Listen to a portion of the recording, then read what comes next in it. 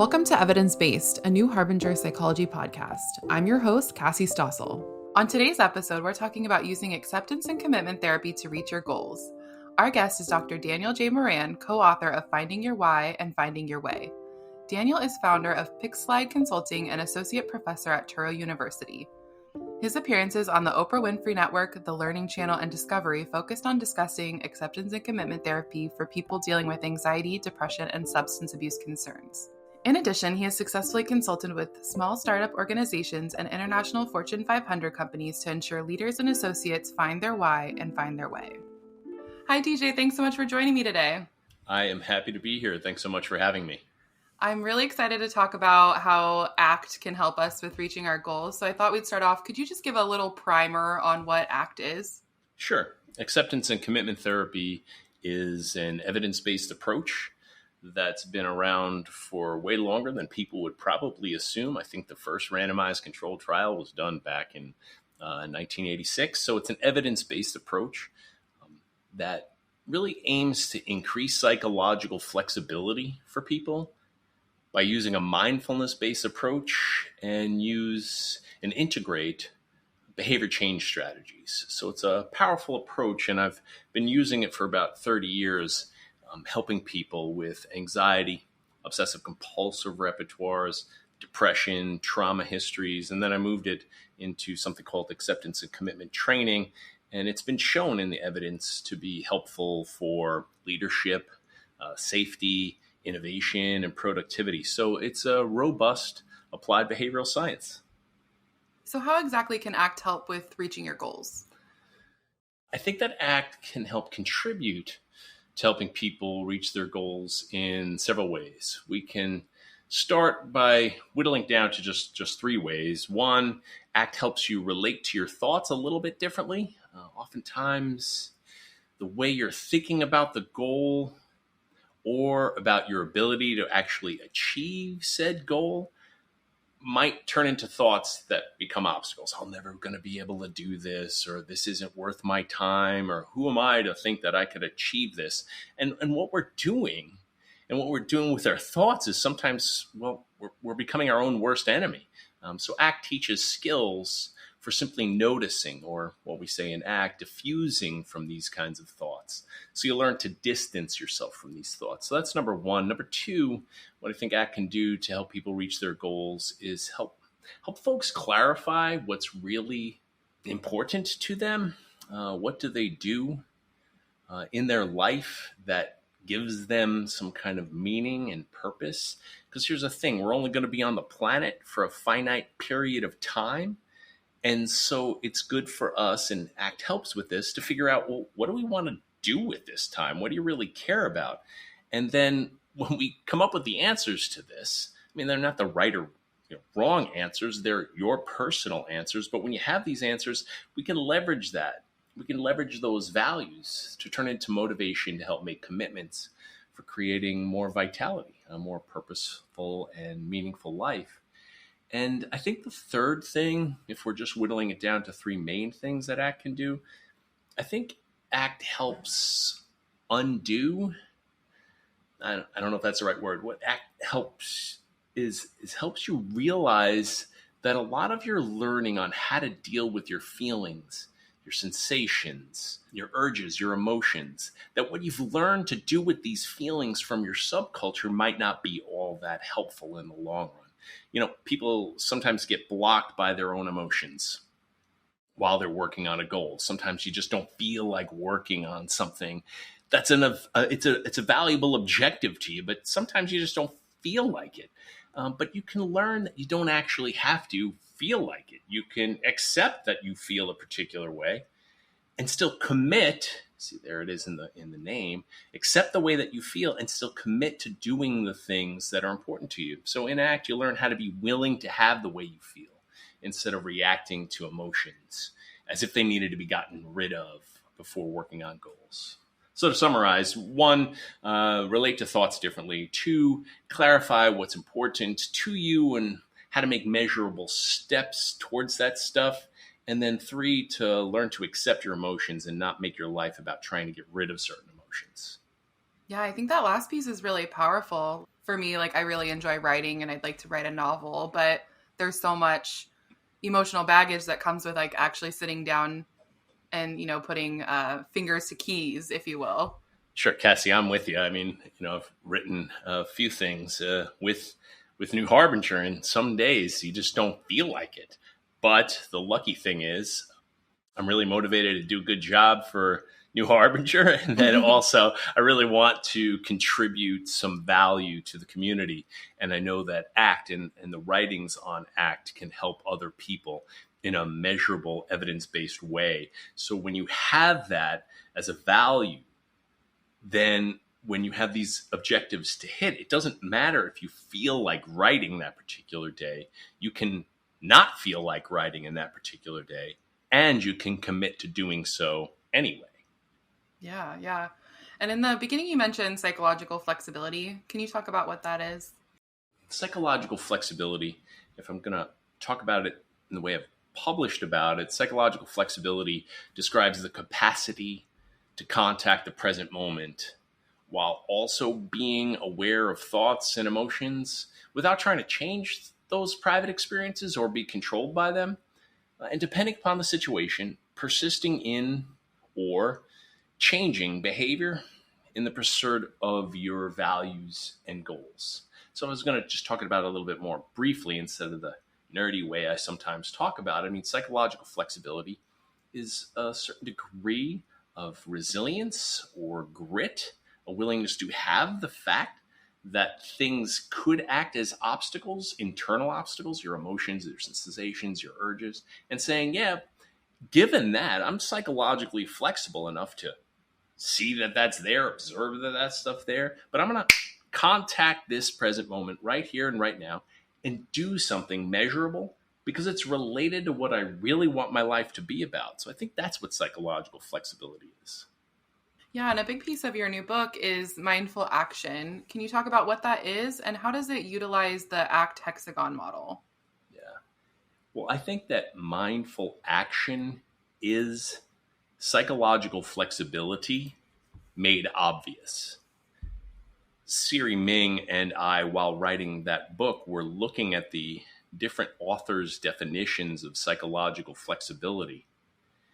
And we took a look at, instead of just looking at this as if it were a characteristic of a person, because we're both behavior analysts, we're both board certified behavior analysts, we said, well, how are we going to know? How are we going to know if someone's psychologically flexible? What is it if it's made obvious? And so mindful action is when people are engaged in doing things that are important to them, even if they don't feel like it, and they're more focused on the present moment. So the definition in the book and the way I've been teaching it to my clients for years now is that mindful action is purposeful, present-focused, committed behavior while maximally attending to what you choose to make important, while unhindered by your distractions. See, if we were to break it down and a little bit more briefly here, though, is like it's purposeful. It's related to what you care about in your life, related to your values, and it's present focused. The only time you can ever behave, ever, is now, right here, right now. So we teach people those kinds of skills in the mindful action plan, how to be purposeful or values-based, present focused or contacting the present moment, and it's committed behavior. Like you are actually going to do things that we can measure. We can measure as behavioral scientists with things like rate or duration or the intensity of your behavior. And you're maximally going to attend to. It's kind of like nerd speak there. You're mostly going to be paying attention to what you care about. What do you want to have important in your life? And then, of course, because you're a human being, you're going to be distracted. That's what happens. According to some research, 47% of the day, your thoughts are about there and then instead of here and now. Cassie, I'm going to repeat that because some of your listeners probably weren't paying attention, like probably half of them. So I'm going to say it again. 47% of the day, your thoughts are about there and then instead of here and now. So we're distracted almost half the day. So what we're doing with the Mindful Action Plan is helping people figure out their values and how to be committed to doing things that are important, while also giving them the psychological skills to be less distracted, hooked by their thoughts, and pushed around by their emotions. In your book, you also talk about a life atlas. Can you talk about what that is and how someone might get started on one? Yeah, I really like the addition of the life atlas in the book. An atlas is a collection of maps. So what Siri and I were discussing is this life atlas is about how do you take all the different mindful action plans that you've got for your life and put them all together. A life atlas, if we're looking at it as a tool, it's essentially asking a person, what are the domains in your life that you really care about, that you would want to have a mindful action plan around? And then can we put them all together and then measure like which ones of these areas of your life are really important, and which ones of these lives are parts of your life are you paying attention to, and which ones are being put on the back burner right now. So the Life Atlas is an exercise of saying, these are all the things that I care about, and I wish I was more mindful about. And I'm going to work on how do I figure out how to get where I'm going with this atlas, with these maps. I mean, essentially, if I was going to talk about like a client, they might have a mindful action plan for how they want to be as a parent, how they want to be as a partner, and how they want to take care of their own health and well-being. And the two of us could work together on these mindful action plans, which is basically rooted in an acceptance commitment therapy. But then we put it all together and say, this is the atlas. This is the life atlas. These are the things that are going to help you get where you're going, given all the different destinations and directions you have. Yeah, and I think, obviously the core of this work really hinges on values. And I think it can seem very like, oh, great, like I can work toward my values and live by them. But how can someone just sort of sit down and begin to identify their values? That's always an interesting part of working one-on-one. When I'm a psychologist or when I'm working as an executive coach or working in organizations, even finding out from a group, what are your shared values? And, I'm honored to be able to do this as part of my career, is just asking people, what's meaningful enough for you to say, I want to keep doing this kind of stuff with my life. I want to engage and put effort into doing these kinds of actions. And one of my favorite things to ask people is the opposite of the traditional way people do this exercise. Sometimes people ask the question, what would you do if you knew you weren't going to fail? Popular motivational speaker, kind of like 20th century rah-rah kind of entrepreneurial coaching thing. But I like asking, what would you want to do if you knew you were going to fail and you're just going to do it anyway? I mean, I really like that way, because even if you don't hit the objective, you made your time and your effort and your work about something that was meaningful to you. It wasn't about the outcome. And I'm really grateful to Siri for really highlighting that in the book too, because she brought that up again to me. It's, would you want to keep doing these kinds of actions with your life, even if it didn't even have the objective met? To give you a personal example, when she was talking about that related to the book, I was in the middle of marathon training, and I didn't ask her for coaching on this, but I want to run a particular marathon time. And then when she was just talking about the book, she's like, would you want to do this if you didn't hit your goal? I kept saying to myself, do I really want to work this hard every day across training and rest and nutrition and then cranking out all these training miles if I don't hit that particular goal? And it was so endearing of her to do this, to ask that then. And it was such an epiphany. I said, yeah, like I would want to train this hard. I want to dedicate my life to my own well-being. I want to show that I can be disciplined at things. I want to show that I can make commitments and accept that waking up early and running, 7 miles on a Wednesday is a pain in the neck, and just accept the aversiveness. So that's one of the ways I like to interact with my clients, is just, what would you want to do, even if it would fail? And then I would turn it around and say, well, why? Why would you want to do that? Because I was able to say to Siri, even though she wasn't asking me directly, yes, I want to keep marathon training. But the question then I asked myself, because we're working together on this ACT book, is like, why? Why do I want to keep doing this even if I don't hit it? Oh, yeah, because I want to care about my own health and well-being, show that I'm committed to things. I want to allow myself to have difficult objectives put in front of me and then see what I'm going to do with them. So that's one way. Another way, because I think that's a difficult one to get to. You really have to almost know someone to ask them that particular question, those kinds of interventions right there. Another one I like to do in order to assess values is just take a look. What are you doing on a regular basis? Client, friend, patient. Like what do you regularly do? Because I've been in enough therapy rooms and enough clinics where the client will say, I don't care about anything. There's nothing that I value. There's nothing that's meaningful to me.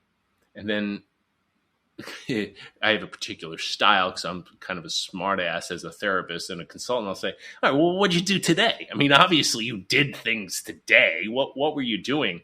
And then what happens a lot of times is they'll just explain, well, I didn't do that much. I did X.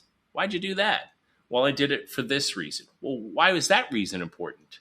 And then if you keep that kind of questioning up, eventually they'll say, I don't know, I just did it that way. And I think if you are a caring therapist and someone who understands the human condition, you could probably figure out, with some education in acceptance commitment therapy and what values are, you can kind of like back order and say, this client, this person here must care about their interpersonal relationships, their own health, recreation, having a meaningful life, even if they can't articulate it.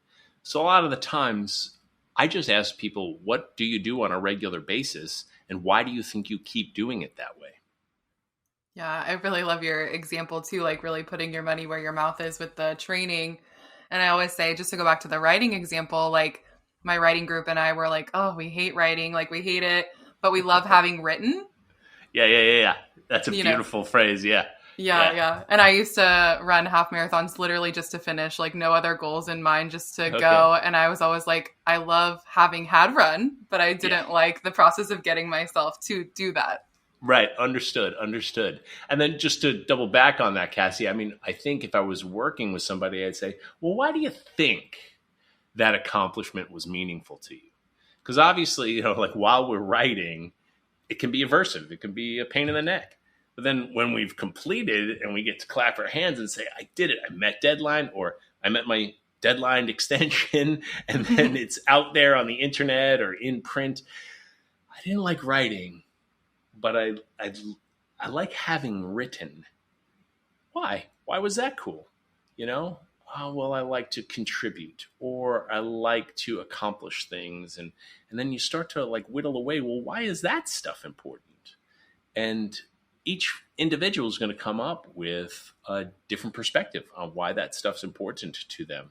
So we'd like to leverage those values and say, well, since you like to reduce suffering and improve quality of living on this planet, even if it's only in your own community, and that's why you write these kinds of self-help books, can you then leverage that again for book number 3? I know you don't like it. I know it's a pain in the neck. And can you realize why this is so meaningful when it's all done? can you leverage that and say that can be the meaning in writing this now? Like, I think values dignify accepting your emotions when those emotions are uncomfortable. It dignifies it. Like, this is why I'm willing to put up with, accept, be willing to be around these kinds of aversive feelings. It's because this stuff is important to me. These are my values. Yeah, like this is worth it, and this is why I'm going to keep going toward the goal. Yeah, right on. Yeah, and can you talk a little bit about the difference between values and goals? Because I think those can easily get caught up in each other. Yeah, I mean, in brief, goals can be accomplished, measurably completed, and values cannot. Because they're directions for your behavior, they're not objectives, right? So to give you an example, like in traditional football or soccer, scoring a goal can be accomplished and measurably completed. You engage in a behavior of kicking the ball and you make the goal and the fans go wild. And it's done. It's accomplished. That's a goal. But a value doesn't get completed, but it can encourage going after goals. So you can value things like sportsmanship or athleticism. These are things that you can care about. And when you meet the goal, it has been accomplished, it has been done, but you aren't done with the sportsmanship or athleticism. Right? That's why it's a value. The value is it's going to remain, and it's going to maybe motivate you to go for another goal in the same game or in the next game. So values direct your behavior, encourage, and dare I say, motivate behavior. Goals are the outcomes of the behavior. Okay, that makes sense. And when we're starting to set these goals for ourselves, in your book, you talk about both smarter and wise goals. Can you talk a little bit about what those are? Yeah, that's the SMART goal is ubiquitous in business literature and maybe even around a lot of behavior therapists. So a SMART goal is specific, measurable, achievable, relevant, and time bound. It's all over the internet. That's a pretty traditional thing. So we want our goals in business and maybe even in therapy to be specific, define it or pinpoint it explicitly. You know what it is. It's measurable. Quantify what is actually going to be done so you know it's been completed. It's achievable. There's a lot of components to whether or not it's achievable, but make sure you're going for something you can actually have some influence over. It's relevant. It has something to do with your values, and it's time bound. Right? You have a deadline. So that's traditional. I always thought it would be a good idea to have smarter goals. So Siri and I added an E and an R. Smarter goals are evaluated. Once that deadline is met, it's time bound. Now we have to say, well, did you do it or not? Right? You can't just have SMART goals. You have to evaluate whether you did it or not. And then it's rewarded. I know there's probably some behavior analysts listening to this going, well, we don't call them rewards. We call them reinforcers. I got it, but we really just want to be more colloquial here. So we say it's rewarded. If you evaluate this SMART goal and you met the criteria, there should be some kind of positive reinforcer for this. So those are smarter goals, and I've been very fortunate to be able to use this for companies, and even the Wounded Warrior Project has actually adopted this in their training plans for their warriors, the men and women that go and get treated for PTSD there. Their treatment plan includes things like smarter goals, and then they also included wise goals. And I'm very honored that the Wounded Warrior Project did this. They incorporated the wise goals, and wise goals might be new to folks. Smarter goals or SMART goals are probably a little old school for some folks, but wise goals they're about like what I'm super excited about. Or if we wanted to, we could say, because sometimes you're not super excited about some of the SMART goals you do, what I'm significantly enthralled with.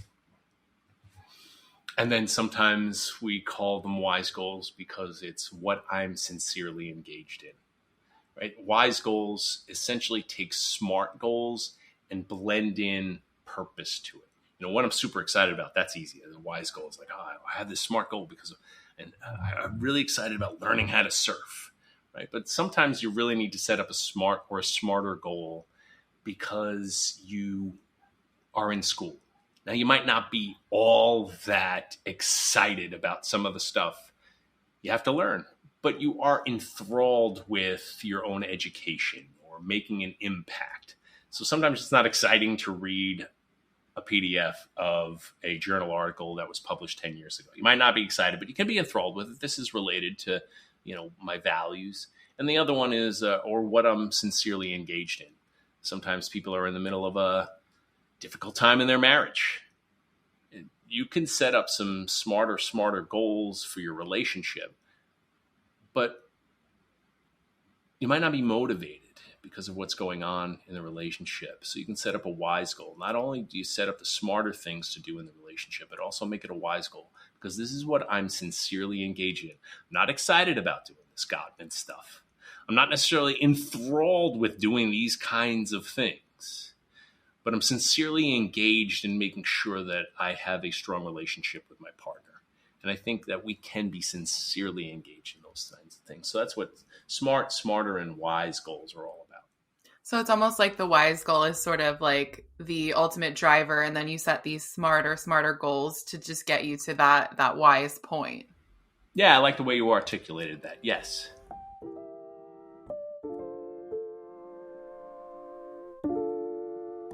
Did you grow up with an emotionally immature, unavailable, or selfish parent?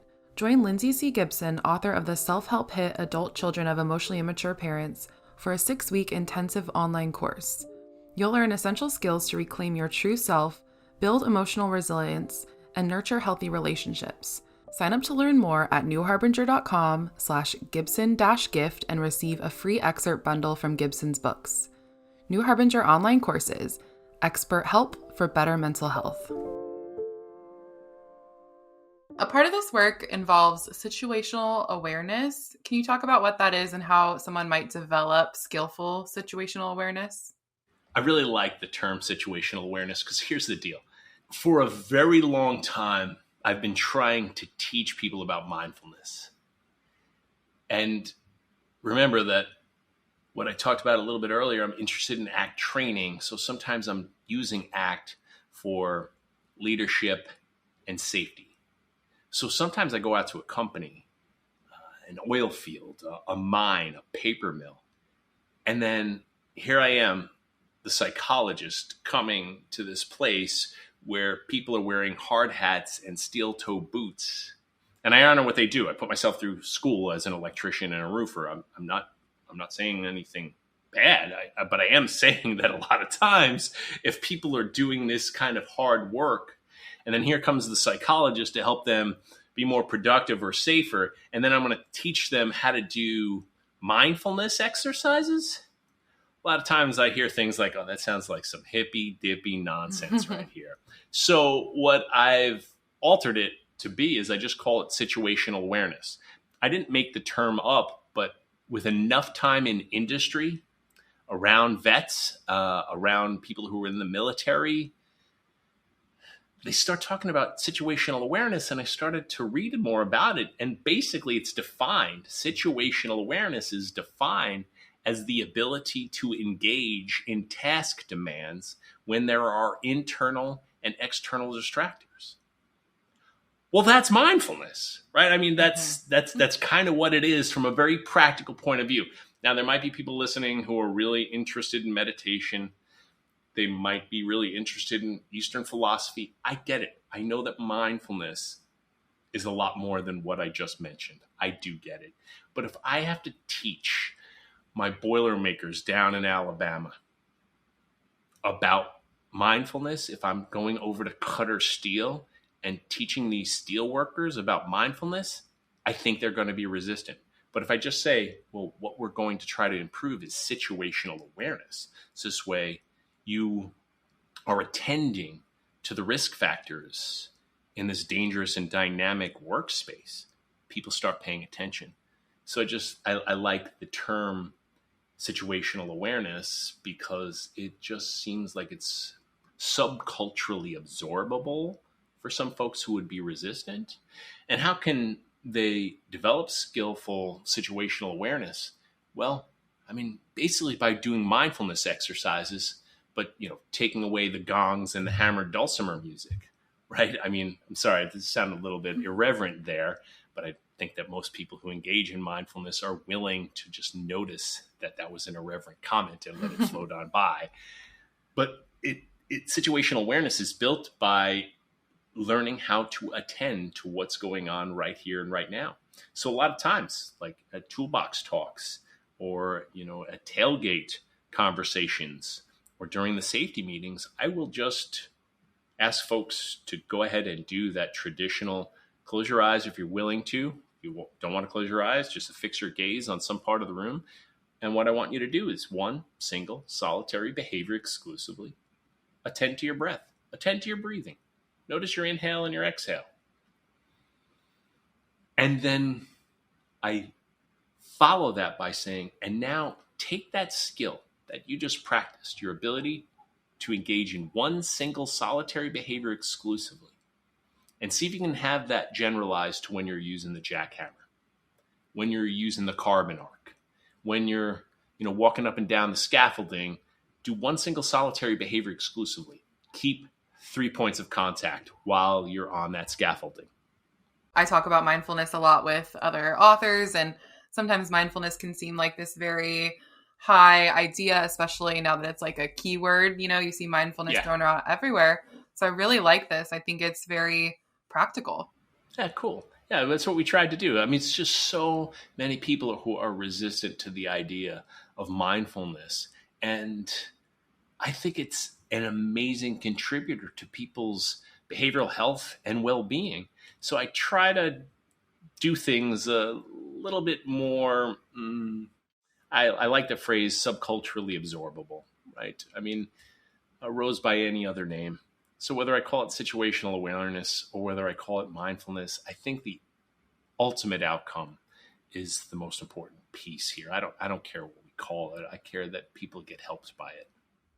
Absolutely. And we've talked a lot about acceptance. Obviously, that's a crucial part of this work, of this journey. Why is acceptance such a hard piece for people to do? Yeah. So acceptance is a willingness to have what's showing up for you personally. It's actively contacting your own psychological experiences directly, fully, without trying to get rid of them, while behaving effectively. That's demonstrating acceptance there. But here's the obstacle. I think it's the biggest obstacle, and it's our cultural upbringing.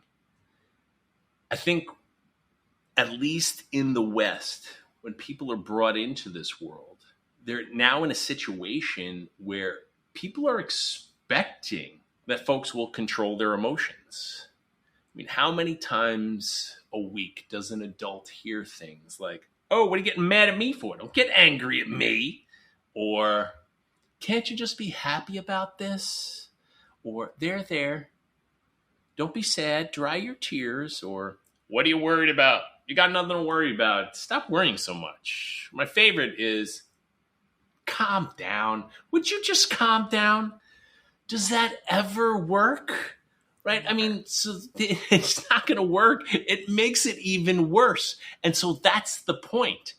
The world has tried to teach us to control our emotions or to avoid our emotions, to be experientially avoidant.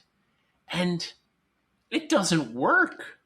Like, it oftentimes exacerbates the problem. It makes it worse. If I tell someone to calm down, just calm down, they get angrier. But we've got this internal dialogue with a lot of time, with this upbringing, with this, even as little kids being taught, "Hey, stop crying or I'll give you something to cry about." And then they have to think, all right, so I guess I gotta stop having this natural emotion that's happening to me. And so it's hard. I think it's hard for some people to do this because we've given this message for so long. I mean, we give this message to kids very early in life, and it continues all the way throughout adulthood, that you should be able to control or avoid the way you feel. And I mean, I've got this habit that anytime I hear on a podcast or an Audible, on some kind of YouTube, where someone calls it a negative emotion, I'll screenshot it because I think someday I'm going to refer back to all of these quotes of people calling them negative emotions. And I just rub my temple and I'm like, wow, it's unbelievable that this psychologist, this meditation teacher, this influencer, the Dalai Lama keeps using this phrase, negative emotions, when that gives a message that there are positive emotions that you should be going for. We're going to have a proclivity to go for positive emotions, and we got to avoid and not accept that we have negative emotions. I think it's nonsense to call them negative emotions. I think they're natural emotions. I think it's just the way you feel. But our culture keeps reinforcing the term negative emotions, and stop crying, I'll give you something to cry about. Yeah, I think that reminds me of, when we started this conversation, you said the 3 ways that ACT can help. And one of them was sort of that like unlearning, undoing. Yeah. And that really makes sense. Yeah. Yeah, that's right. That's it. That you hit the nail on the head there. I mean, I just really wish we could teach people to be willing to have the ancient signals from our ancestors that served them well, so much so that it got passed on genetically for eons, generations, and it's still with us now.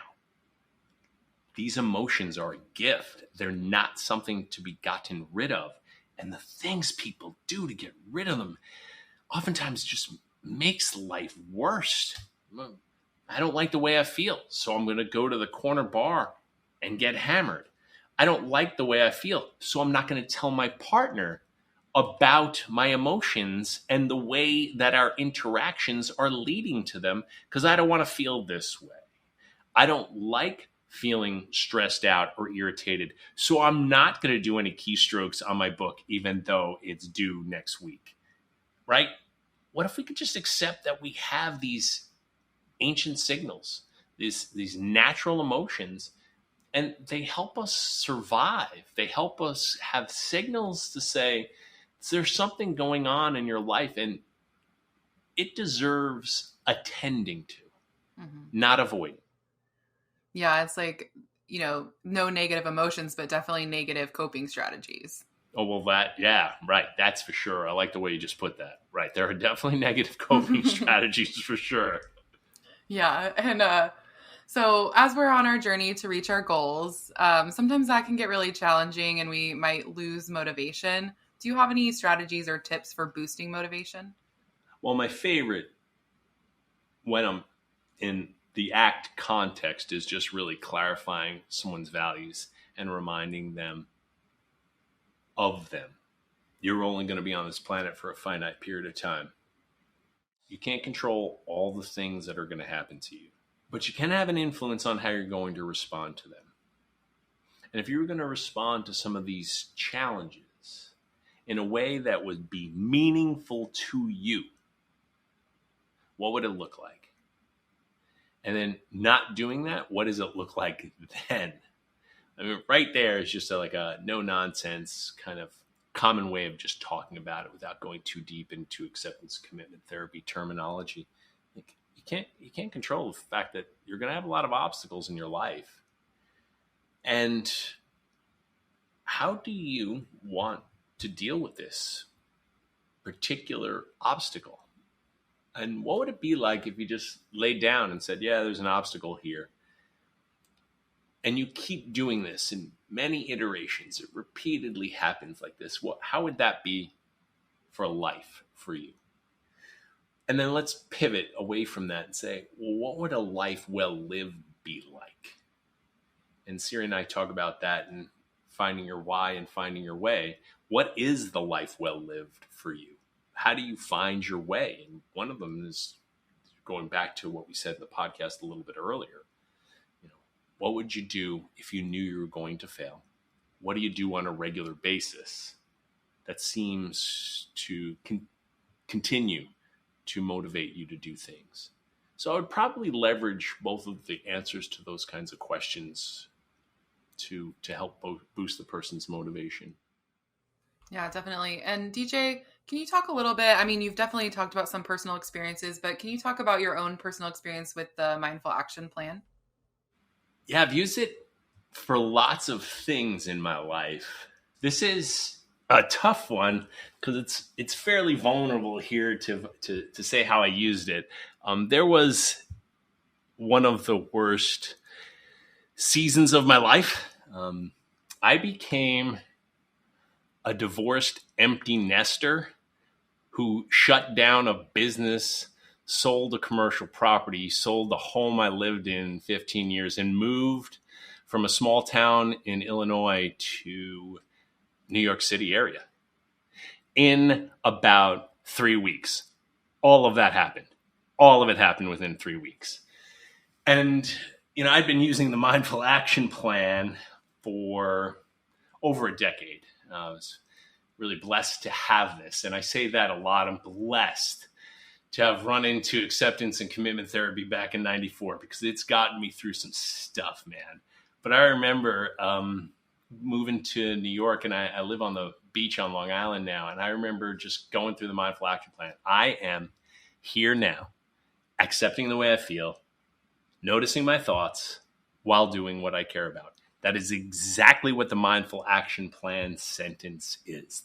That's it. It's just for folks who might not have realized it yet. The Mindful Action Plan is the core of the book, Finding Your Why and Finding Your Way. And the main tool in there is the Mindful Action Plan. And it's a checklist with those 6 components that are completely derived from acceptance and commitment therapy. Real brief and pivoting away, just quick tangential. I am is self as context. Here now is contact in the present moment. Accepting is obviously acceptance. Noticing is diffusion. Doing is committed action. What I care about is values. We turned it into a sentence. We just turned it into one sentence. I learned from Steve Hayes the ACT question. And the ACT question, back in the 90s, I think he was teaching me this. Given a distinction between you and the stuff you're struggling with and trying to change, are you willing to have that stuff fully without defense, as its stuff is, not as what your mind says it is? And are you willing to do things that take you in the direction of what's vital and meaningful at this time and in this situation? And Steve basically says that that's what builds up psychological flexibility if you can answer yes to that question. So I just remember asking that question to myself and to clients for over a decade. And then I didn't want to just work with the ACT question anymore. I just wanted to work with the ACT statement. The answer to that question. I am here now, accepting the way I feel, noticing my thoughts while doing what I care about. That's what the Mindful Action Plan is all about. And sitting on that beach and saying, I am, period. Leave it there. That's self as context. I exist. I used to say, I am a husband. I am a citizen of a small town. That's not what I am. That's content of my life. I just am. Here, now. Contact this present moment. Like, this is September 2019. It's not the way it was for the last 30 years. Accepting the way I feel. Feeling sad. I'm an empty nester now. I have a great relationship with my kids, but I still accept the fact that I don't see them as often. Accepting the fact that I'm angry about so much loss that happened. The mourning that's there, I accepted it. I actively contacted that psychological experience of mourning and sadness. And noticing or diffusing from my thoughts. Oh my gosh, I don't know what my life is going to be about. I'll probably have nothing but failure for the rest of my life. Thank your mind for that thought, right? I mean, it's just like what the mind throws at you. So I just noticed that I had that thought as if it were a leaf on a stream floated on by while doing. And then doing something, committed actions. What am I going to be doing? How about marathon training again? How about building up my consulting company again? How about getting back into academia? How about writing another book for New Harbinger, And then doing what I care about. And that's the final part of the Mindful Action Plan. Like, what do I want my life to be about? Well, I want to make my life about rearing my children to live a full, abundant, flexible, healthy life, reducing suffering and improving quality of living for people in the world, even if it's just my own community, and having a great time. And that's the stuff that I care about. And I said, I'm just going to do that stuff. And the mindful action plan, I'm just an N=1, right? But so the mindful action plan was proven to be really effective. I'm just a single subject design here, but it was very helpful to me. And I'm so glad that I had the training in ACT to help me develop this mindful action plan, and definitely have Siri Ming be a good partner to give me perspectives on the mindful action plan that created that book. DJ, thank you for sharing the personal story and the vulnerability. I feel like this is a good place to wrap, unless you have any final thoughts for our listeners. I appreciate the opportunity, Cassie, to do this. I really do. After almost 30 years of using acceptance commitment therapy and dealing with all the resistance I've heard, not only from patients and clients, but from colleagues, I could say that I've spent most of my career trying to simplify ACT and make it as broadly useful for folks. So I think the mindful action plan simplifies ACT. I put it as something that's very simple. And that's what why I'm finding your way is all about. And I think that it helps people build up their psychological flexibility. And to me, and to what I've read from lots of really erudite scholars, psychological flexibility is at the core of being successful in so many areas for human beings. So it's worth the effort. So I really appreciate the opportunity to contribute to this community and really to benefit from this community. So thanks for this opportunity to talk to you, Cassie. Yeah, thanks so much. And thanks for the book. Thanks for simplifying ACT and making it really accessible. I know I'm about to work on my mindful action plan, so I really appreciate it. Cool. Thanks again for having me.